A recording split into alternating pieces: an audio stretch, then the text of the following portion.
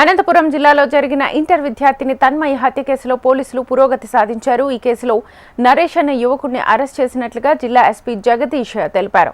తన్మయి మృతదేహానికి నిర్వహించిన post mortem నివేదిక ప్రకారం తలకు తీవ్ర గాయాలు కావడం వల్లే ఆమె మరణించిందని తేలింది.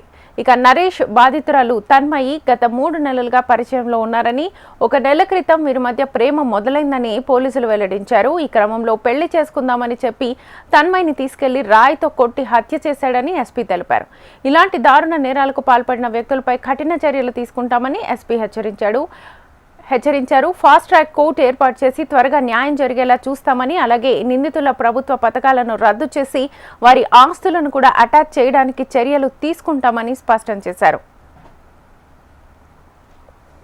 ఈ అమ్మాయికి గత 3 నెలల నుంచి పరిచయం ఉన్నప్పటికీ లాస్ట్ 1 మంత్ నుంచి అది ప్రేమగా మారింది. అండ్ లాస్ట్ 1 మంత్ నుంచి కూడా ఆమె ఈ అబ్బాయిని పెళ్లి చేసుకుందాము అని ఇద్దరు కూడా కాన్వర్సేషన్ కూడా చేసుకుంటారు. అయితే నరేష్ ఆల్రెడీ లాస్ట్ 4 years నుంచి married. So Naresh already married ఉన్నాడు కాబట్టి నాకు ఇంకొక పెళ్ళి అయితే ఇద్దరితో నేను ఉండలేను, ఇంకొక పెళ్ళి నేను చేసుకోలేను అని ఆమెతో చాలాసార్లు కన్విన్స్ చేయడానికి గొడవ పడ్డము ఇవన్నీ కూడా జరుగుతాయి. సో సబ్సీక్వెంట్గా ఆమె ఒప్పుకోలేని పరిస్థితుల్లో ఆమెని పెళ్లి చేసుకుందామని చెప్పి ఇతను జతలో తీసుకెళ్ళి కూడేరు అవుట్స్కట్స్లో వాళ్ళు యూజువల్గా రెగ్యులర్గా విజిట్ చేసే స్పాటే కాబట్టి అక్కడికి తీసుకెళ్ళి ఒక రాయి తీసుకొని తల మీద కొట్టి ఆమెని మర్డర్ చేయడం జరుగుతుంది.